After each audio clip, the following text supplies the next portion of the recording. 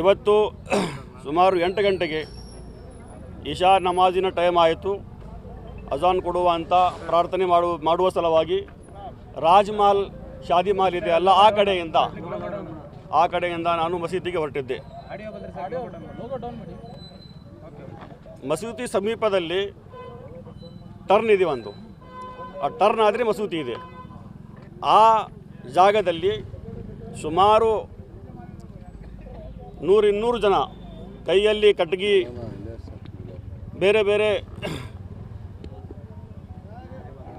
ಇನ್ನೂ ಸಾಮಾನುಗಳು ತಗೊಂಡು ಜೈ ಶ್ರೀರಾಮ್ ಅಂತ ಘೋಷಣೆ ಕೂಗಂತ ನನ್ನ ಮೇಲೆ ಹಲ್ಲೆ ಮಾಡಿದರು. ಅಲ್ಲೇ ಇರುವವರು ಎಲ್ಲ ನಮ್ಮ ಹಿಂದೂ ಮುಸ್ಲಿಂ ಜನಾಂಗದವರು, ನನಗೆ ಎಲ್ಲ ಪರಿಚಯ ಇದ್ದಾರೆ. ಸುಮಾರು ವರ್ಷದಿಂದ ನಾನು ಅಲ್ಲಿ ಇರ್ತೀನಿ. ಎಲ್ಲರೂ ಬಂದು ನನಗೆ ಎಲ್ಲ ಕಾಪಾಡಿದ್ರು. ಅಲ್ಲಿ ತಲೆಗೆ ಪೆಟ್ಟು ಬಿತ್ತಿದೆ, ಕಿವಿಗೆ ಪೆಟ್ಟು ಬಿಟ್ಟಿದೆ, ಆಮೇಲೆ ಸ್ವಲ್ಪ ಹಿಂದುಗಡೆ ಸ್ವಲ್ಪ ಪೆಟ್ಟು ಬಿಟ್ಟಿದೆ. ನಾನು ಒಬ್ಬನೇ ಇದ್ದೆ, ಬೇರೆ ಯಾರು ನನ್ನ ಜೊತೆ ಇರಲಿಲ್ಲ. ನನ್ನ ಗಾಡಿಯಲ್ಲಿ ಇದ್ದೆ. ಗಾಡಿಯಲ್ಲಿ ಇಳಕ್ಕೆ ನನಗೂ ಕೊಡಲಿಲ್ಲ. ಅವರು ನನ್ನ ಮೇಲೆ ಹಂಗೆ ಹಲ್ಲೆ ಮಾಡಿದ್ದಾರೆ. ಸುಮಾರು 100-150 ಜನ, 100-200 ಜನ ಇದ್ದರು. ನಾನು ನಮ್ಮ ಪೊಲೀಸ್ ಇಲಾಖೆಯವರಿಗೆ ಸರ್ಕಾರದಿಂದ ನಾನು ಕೇಳೋದೇನೆಂದರೆ, ನನಗೆ ನ್ಯಾಯ ಬೇಕು. ಆಮೇಲೆ ಇದು ಹಿಂದೂ ಮುಸ್ಲಿಂ ಬಾಂಧವರು ಇದ್ದಂಗೆ ಇಲ್ಲಿವರೆಗೆ ನಾವು ದಾವಣಗೆರೆಯಲ್ಲಿ ಸುಮಾರು 20-25 ವರ್ಷದಿಂದ ಯಾವುದೇ ಗಲಾಟೆ ಇಲ್ಲದಂತೆ ಹಿಂದೂ ಮುಸಲ್ಮಾನ್ ಭಾವಿಕತೆಯಿಂದ ಇದ್ದೀವಿ. ಅದೇ ಕಾಪಾಡ್ಕಂತೂ ಎಲ್ಲರೂ ಹೋಗಬೇಕಂತ ಮನವಿ ಮಾಡ್ತೀನಿ. ಪೊಲೀಸ್ ಇಲಾಖೆಯವರಿಗೆ ನಾನು ಮನವಿ ಮಾಡ್ತೀನಿ, ನನಗೆ ಯಾರು ನನ್ನ ಮೇಲೆ ಹಲ್ಲೆ ಮಾಡಿದ್ದಾರೆ ಅವರಿಗೆ ಕಠಿಣ ಕಾನೂನು ಶಿಕ್ಷೆಯನ್ನು ಕೊಡಲೇಬೇಕು. ಮೊಹಮ್ಮದ್ ಅಮೀನ್. 8 ಗಂಟೆಗೆ, ಸುಮಾರು 8 ಗಂಟೆ. ನಿನ್ನೆಯಿಂದ ಏನು ಸತೀಶ್ ಪೂಜಾರಿ ಮಂಡಕ್ಕಿ ಬಟ್ಟಿ ನಾಯಿಗಳು ಮತ್ತು ಆಜಾದ್ ನಗರಿಗೆ ನುಗ್ಗಿ ನಾವೆಲ್ಲ ಹೊಡಿತೀವಿ ಅಂತ ಹೇಳಿದರು. ಆ ವಿಚಾರವಾಗಿ ಸುಮಾರು ಜನರಲ್ಲಿ ಒಂದು ಆತಂಕವನ್ನು ಸೃಷ್ಟಿಯಾಗಿತ್ತು. ಆ ನಿಟ್ಟಿನಲ್ಲಿ ಸಂಬಂಧಪಟ್ಟ SP ಅವರಿಗೆ, DSP ಅವರಿಗೆ, ನಮ್ಮ ಆಜಾದ್ ನಗರ್ ಸರ್ಕಲ್ ಇನ್ಸ್ಪೆಕ್ಟ್ರಿಗೆ ನಾವು ಇದೆಲ್ಲ ಚರ್ಚೆ ಮಾಡಿ ನಿರ್ದಾಕ್ಷಿಣ್ಯವಾಗಿ ಅವನ ಮೇಲೆ ಕ್ರಮ ತಗೋಬೇಕು. ಆಮೇಲೆ ಶಾಂತಿ ಸುವ್ಯವಸ್ಥೆ ಕಾಪಾಡಲಿಕ್ಕೆ ನಾವು ಏನು ಪ್ರಯತ್ನ ಮಾಡಬೇಕೆಲ್ಲ ಮಾಡ್ತೀವಿ ಅಂತ ಹೇಳಿ ಸಹ ಇವತ್ತಿನ ದಿವಸ ಗಣಪತಿ ವಿಸರ್ಜನೆ ಟೈಮ್ನಲ್ಲಿ ಅವರು ಸಹ ಬಂದರು, ನಮ್ಮವರು ಎಲ್ಲ ಸೇರ್ಕೊಂಡಿದ್ರು. ಭಾಳ ನಮ್ಮವರೆಲ್ಲ ಶಾಂತಿ ಸೌಹಾರ್ದತೆಯಿಂದ ಗಣೇಶ ವಿಸರ್ಜನೆ ಮಾಡೋಕ್ಕೆ ಅವಕಾಶ ಮಾಡಿಕೊಟ್ರು. ನಿಟ್ಟಿನಲ್ಲಿ ಈ ಸತೀಶ್ ಪೂಜಾರಿಯವ್ರ ಮೇಲೆ ನಿನ್ನೆ ರಾತ್ರಿ ನೋಟಿಸ್ ಜಾರಿ ಮಾಡಿದ್ವಿ. ಕೇಸ್ ಮಾಡಿದ ಮೇಲೆ ನೋಟಿಸ್ ಜಾರಿ ಮಾಡಿದಾಗ ಮತ್ತೆ ಪುನಃ ಬಂದು ಏನಿಲ್ಲಿ ಒಂದು ಗಲಾಟೆಗೆ ಆಸ್ಪದ ಕೊಡಲಿಕ್ಕೆ ಮೇನ್ ಮುಖ್ಯ ಕಾರಣ ಸತೀಶ್ ಪೂಜಾರಿನೇ. ದಯಮಾಡಿ ನಾವು ಬಯಸೋದೇನಂತ ಹೇಳಿದರೆ, ನಾವು ಹಿಂದೂ ಮತ್ತು ಮುಸ್ಲಿಂ ಬಾಂಧವರು ಸುಮಾರು ವರ್ಷದಿಂದ ಸೌಹಾರ್ದತೆಯಿಂದ ಅಣ್ಣ ತಮ್ಮಂದ್ರಾಗಿ ಬಾಳ್ತಾಯಿದ್ದೀವಿ. ಯಾವುದೇ ಕಾರಣಕ್ಕೆ ಗಲಾಟೆ ಆಗಬಾರ್ದು.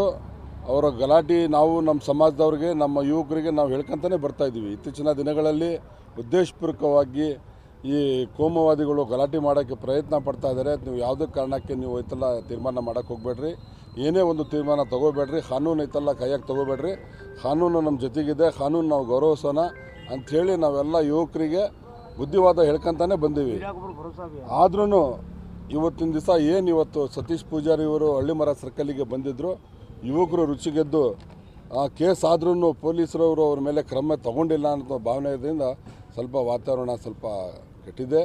ಆ ನಿಟ್ಟಿನಲ್ಲಿ ಪೊಲೀಸರವರು ಈಗ ನಮಗೆ ಮಾಹಿತಿ ಪ್ರಕಾರ ಜಾಲಿನಗರ, ಆಮೇಲೆ ಖಡಕ್ಶಾಲಿ ಮಕಾನ್ ದರ್ಗಾ ಹತ್ರ, ಭಾರತ್ ಕಾಲೋನಿ ಹತ್ರ ನಮ್ಮ ಯುವಕರಿಗೆಲ್ಲ ಹಲ್ಲೆ ಮಾಡ್ತಾಯಿದ್ದಾರೆ.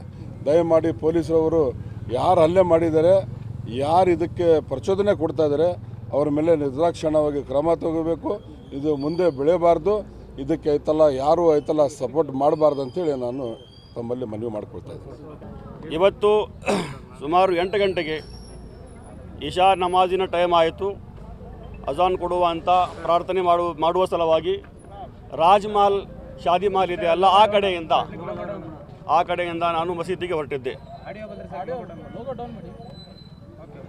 ಮಸೂತಿ ಸಮೀಪದಲ್ಲಿ ಟರ್ನ್ ಇದೆ ಒಂದು, ಆ ಟರ್ನ್ ಆದರೆ ಮಸೂತಿ ಇದೆ.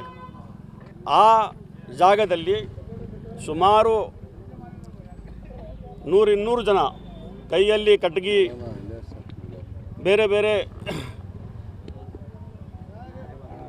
ಇನ್ನೂ ಸಾಮಾನುಗಳು ತಗೊಂಡು ಜೈ ಶ್ರೀರಾಮ್ ಅಂತ ಘೋಷಣೆ ಕೂಗಂತ ನನ್ನ ಮೇಲೆ ಹಲ್ಲೆ ಮಾಡಿದರು. ಅಲ್ಲೇ ಇರುವವರು ಎಲ್ಲ ನಮ್ಮ ಹಿಂದೂ ಮುಸ್ಲಿಂ ಜನಾಂಗದವರು, ನನಗೆ ಎಲ್ಲ ಪರಿಚಯ ಇದ್ದಾರೆ. ಸುಮಾರು ವರ್ಷದಿಂದ ನಾನು ಅಲ್ಲಿ ಇರ್ತೀನಿ. ಎಲ್ಲರೂ ಬಂದು ನನಗೆ ಎಲ್ಲ ಕಾಪಾಡಿದ್ರು. ಅಲ್ಲಿ ತಲೆಗೆ ಪೆಟ್ಟು ಬಿತ್ತಿದೆ, ಕಿವಿಗೆ ಪೆಟ್ಟು ಬಿಟ್ಟಿದೆ, ಆಮೇಲೆ ಸ್ವಲ್ಪ ಹಿಂದುಗಡೆ ಸ್ವಲ್ಪ ಪೆಟ್ಟು ಬಿಟ್ಟಿದೆ. ನಾನು ಒಬ್ಬನೇ ಇದ್ದೆ, ಬೇರೆ ಯಾರು ನನ್ನ ಜೊತೆ ಇರಲಿಲ್ಲ. ನನ್ನ ಗಾಡಿಯಲ್ಲಿ ಇದ್ದೆ. ಗಾಡಿಯಲ್ಲಿ ಇಳಕ್ಕೆ ನನಗೂ ಕೊಡಲಿಲ್ಲ. ಅವರು ನನ್ನ ಮೇಲೆ ಹಂಗೆ ಹಲ್ಲೆ ಮಾಡಿದ್ದಾರೆ. ಸುಮಾರು 100-150 ಜನ 100-200 ಜನ ಇದ್ದರು. ನಾನು ನಮ್ಮ ಪೊಲೀಸ್ ಇಲಾಖೆಯವರಿಗೆ ಸರ್ಕಾರದಿಂದ ನಾನು ಕೇಳೋದೇನೆಂದರೆ ನನಗೆ ನ್ಯಾಯ ಬೇಕು. ಆಮೇಲೆ ಇದು ಹಿಂದೂ ಮುಸ್ಲಿಂ ಬಾಂಧವರು ಇದ್ದಂಗೆ ಇಲ್ಲಿವರೆಗೆ ನಾವು ದಾವಣಗೆರೆಯಲ್ಲಿ ಸುಮಾರು 20-25 ವರ್ಷದಿಂದ ಯಾವುದೇ ಗಲಾಟೆ ಇಲ್ಲದಂತೆ ಹಿಂದೂ ಮುಸಲ್ಮಾನ್ ಭಾವಿಕತೆಯಿಂದ ಇದ್ದೀವಿ. ಅದೇ ಕಾಪಾಡ್ಕಂತೂ ಎಲ್ಲರೂ ಹೋಗಬೇಕಂತ ಮನವಿ ಮಾಡ್ತೀನಿ. ಪೊಲೀಸ್ ಇಲಾಖೆಯವರಿಗೆ ನಾನು ಮನವಿ ಮಾಡ್ತೀನಿ, ನನಗೆ ಯಾರು ನನ್ನ ಮೇಲೆ ಹಲ್ಲೆ ಮಾಡಿದ್ದಾರೆ ಅವರಿಗೆ ಕಠಿಣ ಕಾನೂನು ಶಿಕ್ಷೆಯನ್ನು ಕೊಡಲೇಬೇಕು. ಮೊಹಮ್ಮದ್ ಅಮೀನ್. 8 ಗಂಟೆಗೆ, ಸುಮಾರು 8 ಗಂಟೆ. ನಿನ್ನೆಯಿಂದ ಏನು ಸತೀಶ್ ಪೂಜಾರಿ ಮಂಡಕ್ಕಿ ಬಟ್ಟಿ ನಾಯಿಗಳು ಮತ್ತು ಆಜಾದ್ ನಗರಿಗೆ ನುಗ್ಗಿ ನಾವೆಲ್ಲ ಹೊಡಿತೀವಿ ಅಂತ ಹೇಳಿದರು. ಆ ವಿಚಾರವಾಗಿ ಸುಮಾರು ಜನರಲ್ಲಿ ಒಂದು ಆತಂಕವನ್ನು ಸೃಷ್ಟಿಯಾಗಿತ್ತು. ಆ ನಿಟ್ಟಿನಲ್ಲಿ ಸಂಬಂಧಪಟ್ಟ SP ಅವರಿಗೆ, DSP ಅವರಿಗೆ, ನಮ್ಮ ಆಜಾದ್ ನಗರ್ ಸರ್ಕಲ್ ಇನ್ಸ್ಪೆಕ್ಟ್ರಿಗೆ ನಾವು ಇದೆಲ್ಲ ಚರ್ಚೆ ಮಾಡಿ ನಿರ್ದಾಕ್ಷಿಣ್ಯವಾಗಿ ಅವನ ಮೇಲೆ ಕ್ರಮ ತಗೋಬೇಕು. ಆಮೇಲೆ ಶಾಂತಿ ಸುವ್ಯವಸ್ಥೆ ಕಾಪಾಡಲಿಕ್ಕೆ ನಾವು ಏನು ಪ್ರಯತ್ನ ಮಾಡಬೇಕೆಲ್ಲ ಮಾಡ್ತೀವಿ ಅಂತ ಹೇಳಿ ಸಹ ಇವತ್ತಿನ ದಿವಸ ಗಣಪತಿ ವಿಸರ್ಜನೆ ಟೈಮ್ನಲ್ಲಿ ಅವರು ಸಹ ಬಂದರು, ನಮ್ಮವರು ಎಲ್ಲ ಸೇರ್ಕೊಂಡಿದ್ರು. ಭಾಳ ನಮ್ಮವರೆಲ್ಲ ಶಾಂತಿ ಸೌಹಾರ್ದತೆಯಿಂದ ಗಣೇಶ ವಿಸರ್ಜನೆ ಮಾಡೋಕ್ಕೆ ಅವಕಾಶ ಮಾಡಿಕೊಟ್ರು. ನಿಟ್ಟಿನಲ್ಲಿ ಈ ಸತೀಶ್ ಪೂಜಾರಿಯವ್ರ ಮೇಲೆ ನಿನ್ನೆ ರಾತ್ರಿ ನೋಟಿಸ್ ಜಾರಿ ಮಾಡಿದ್ವಿ. ಕೇಸ್ ಮಾಡಿದ ಮೇಲೆ ನೋಟಿಸ್ ಜಾರಿ ಮಾಡಿದಾಗ ಮತ್ತೆ ಪುನಃ ಬಂದು ಏನಿಲ್ಲಿ ಒಂದು ಗಲಾಟೆಗೆ ಆಸ್ಪದ ಕೊಡಲಿಕ್ಕೆ ಮೇನ್ ಮುಖ್ಯ ಕಾರಣ ಸತೀಶ್ ಪೂಜಾರಿನೇ. ದಯಮಾಡಿ ನಾವು ಬಯಸೋದೇನಂತ ಹೇಳಿದರೆ, ನಾವು ಹಿಂದೂ ಮತ್ತು ಮುಸ್ಲಿಂ ಬಾಂಧವರು ಸುಮಾರು ವರ್ಷದಿಂದ ಸೌಹಾರ್ದತೆಯಿಂದ ಅಣ್ಣ ತಮ್ಮದ್ರಾಗಿ ಬಾಳ್ತಾಯಿದ್ದೀವಿ.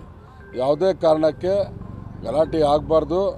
ಅವರ ಗಲಾಟೆ ನಾವು ನಮ್ಮ ಸಮಾಜದವ್ರಿಗೆ, ನಮ್ಮ ಯುವಕರಿಗೆ ನಾವು ಹೇಳ್ಕೊತಾನೆ ಬರ್ತಾಯಿದ್ದೀವಿ. ಇತ್ತೀಚಿನ ದಿನಗಳಲ್ಲಿ ಉದ್ದೇಶಪೂರ್ವಕವಾಗಿ ಈ ಕೋಮುವಾದಿಗಳು ಗಲಾಟೆ ಮಾಡೋಕ್ಕೆ ಪ್ರಯತ್ನ ಪಡ್ತಾ ಇದ್ದಾರೆ. ನೀವು ಯಾವುದೇ ಕಾರಣಕ್ಕೆ ನೀವು ಐತೆಲ್ಲ ತೀರ್ಮಾನ ಮಾಡೋಕ್ಕೆ ಹೋಗಬೇಡ್ರಿ, ಏನೇ ಒಂದು ತೀರ್ಮಾನ ತೊಗೋಬೇಡ್ರಿ. ಕಾನೂನು ಐತೆಲ್ಲ ಕೈಯಾಗಿ ತೊಗೋಬೇಡ್ರಿ. ಕಾನೂನು ನಮ್ಮ ಜೊತೆಗಿದೆ, ಕಾನೂನು ನಾವು ಗೌರವಿಸೋಣ ಅಂಥೇಳಿ ನಾವೆಲ್ಲ ಯುವಕರಿಗೆ ಬುದ್ಧಿವಾದ ಹೇಳ್ಕೊತಾನೆ ಬಂದೀವಿ. ಆದ್ರೂ ಇವತ್ತಿನ ದಿವಸ ಏನು ಇವತ್ತು ಸತೀಶ್ ಪೂಜಾರಿ ಇವರು ಹಳ್ಳಿಮರ ಸರ್ಕಲ್ಲಿಗೆ ಬಂದಿದ್ದರು, ಯುವಕರು ರುಚಿಗೆದ್ದು ಆ ಕೇಸ್ ಆದ್ರೂ ಪೊಲೀಸರವರು ಅವ್ರ ಮೇಲೆ ಕ್ರಮ ತಗೊಂಡಿಲ್ಲ ಅನ್ನೋ ಭಾವನೆ ಇದರಿಂದ ಸ್ವಲ್ಪ ವಾತಾವರಣ ಸ್ವಲ್ಪ ಕೆಟ್ಟಿದೆ. ಆ ನಿಟ್ಟಿನಲ್ಲಿ ಪೊಲೀಸರವರು ಈಗ ನಮಗೆ ಮಾಹಿತಿ ಪ್ರಕಾರ ಜಾಲಿನಗರ, ಆಮೇಲೆ ಖಡಕ್ಶಾಲಿ ಮಕಾನ್ ದರ್ಗಾ ಹತ್ರ, ಭಾರತ್ ಕಾಲೋನಿ ಹತ್ರ ನಮ್ಮ ಯುವಕರಿಗೆಲ್ಲ ಹಲ್ಲೆ ಮಾಡ್ತಾಯಿದ್ದಾರೆ. ದಯಮಾಡಿ ಪೊಲೀಸರವರು ಯಾರು ಹಲ್ಲೆ ಮಾಡಿದ್ದಾರೆ, ಯಾರು ಇದಕ್ಕೆ ಪ್ರಚೋದನೆ ಕೊಡ್ತಾಯಿದ್ದಾರೆ ಅವ್ರ ಮೇಲೆ ನಿರ್ದಾಕ್ಷಿಣ್ಯವಾಗಿ ಕ್ರಮ ತಗೋಬೇಕು. ಇದು ಮುಂದೆ ಬೆಳೆಯಬಾರ್ದು.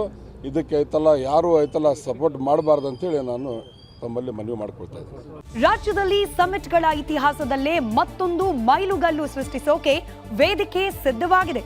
ರಿಪಬ್ಲಿಕ್ ಕನ್ನಡ ಮಹಾಸಂಗಮ. ಇದು ಕನಸಿನ ಕರ್ನಾಟಕಕ್ಕಾಗಿ ದಿಗ್ಗಜರ ಸಮಾಗಮ.